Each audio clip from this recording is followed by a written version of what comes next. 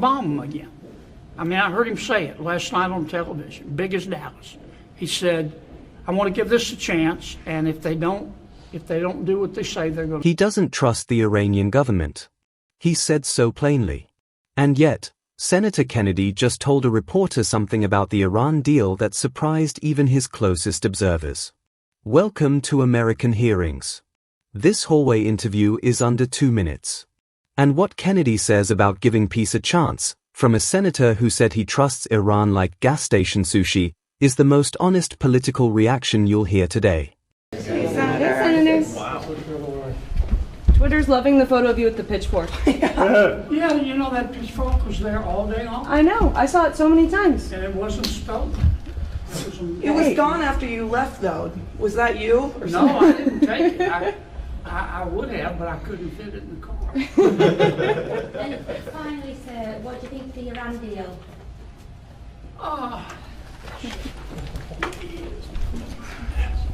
Here's what I think. I think let's give peace a chance. I think that's all the president is saying. I read the document last night, and I've heard all of the speculation and what about this and what about that and what if this happens and what if that doesn't happen. We'll know in 60 days. Here's how I analyze it. What's the first, most immediate impact of the agreement? Well, the strait is open. The Iranians are releasing their blockade, so oil will flow, including Iranian oil.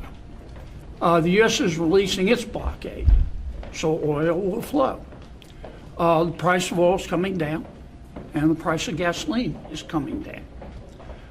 It's for 60 days. Now, the Iranians have made all kinds of promises. They've been born again. They're going to give up their fissile material. They're going to give up their centrifuges.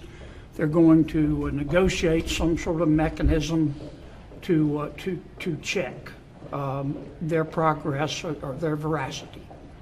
And we'll know in 60 days. And the president said, if they don't do it in 60 days, I'm going to bomb them again. I mean, I heard him say it last night on television, big as Dallas. He said, I want to give this a chance, and if they don't do what they say they're going to do, I'm going to drop bombs on the top of their head. I think those were his words. And I say give peace a chance. You know, that's all I'm saying. In the meantime, I think that the Iran is immeasurably weaker than it was a year ago after we bombed last June, and then most recently. We have gutted that country like a fish. Not just their military and their public sector, but the private sector too. I mean, they're held together, as I've said before, with spit and duct tape. 70% inflation, I don't know how they're making it. It'll take 20 years for Iran to rebuild. And I don't know where they're going to get the money. China's not going to give it to them. Russia's not going to give it to them. We're not going to give it to them. That hasn't changed. And so in that respect, do I consider the conflict a success? Yes. But the president is the president's not risk averse. You got to give him credit. He's putting it all on the line here. And he says, give them 60 days. Let's give us 60 days to give peace a chance, and that's all he's saying. Is 60 days enough time? Don't know. We're going to find out. Senator, in the MOU, there is a $300 billion reconstruction fund. That's going to be some of the money that is coming in part from the United States. What do you think of that when you talk about how they're going to rebuild and where the money comes from? Well, number one, it's a potential reconstruction fund. That fund won't exist unless Iran gives up all of its nuclear materials and agrees to a system where we can repeatedly inspect them. Number two, the president's already said none of that money is going to come from Americans. Now, if others in the Middle East want to put up money, if Canada or these other countries that have been have not helped us. If they want to put up the money, that's up to them.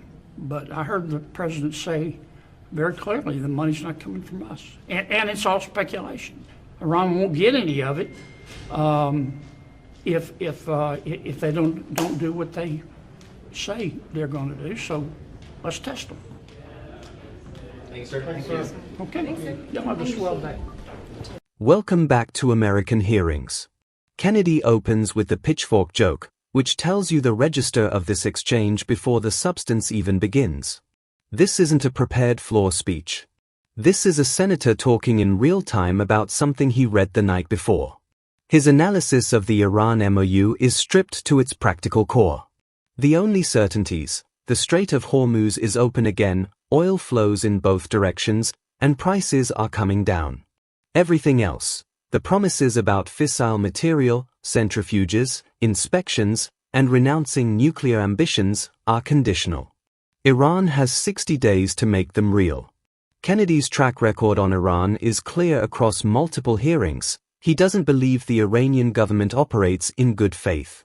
He's said they lie like fish swim. He's called their leadership religious zealots who believe anyone who disagrees with them deserves to die. None of that has changed. And yet he says, give peace a chance.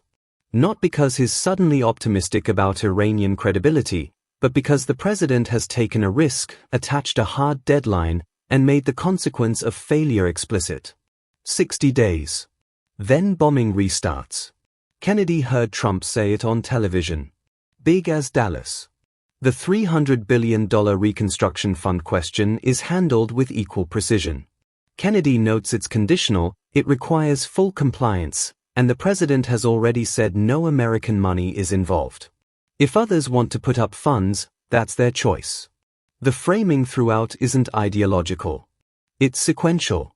We destroyed their military, their economy is held together with spit and duct tape, and now we give them 60 days to prove a different path exists.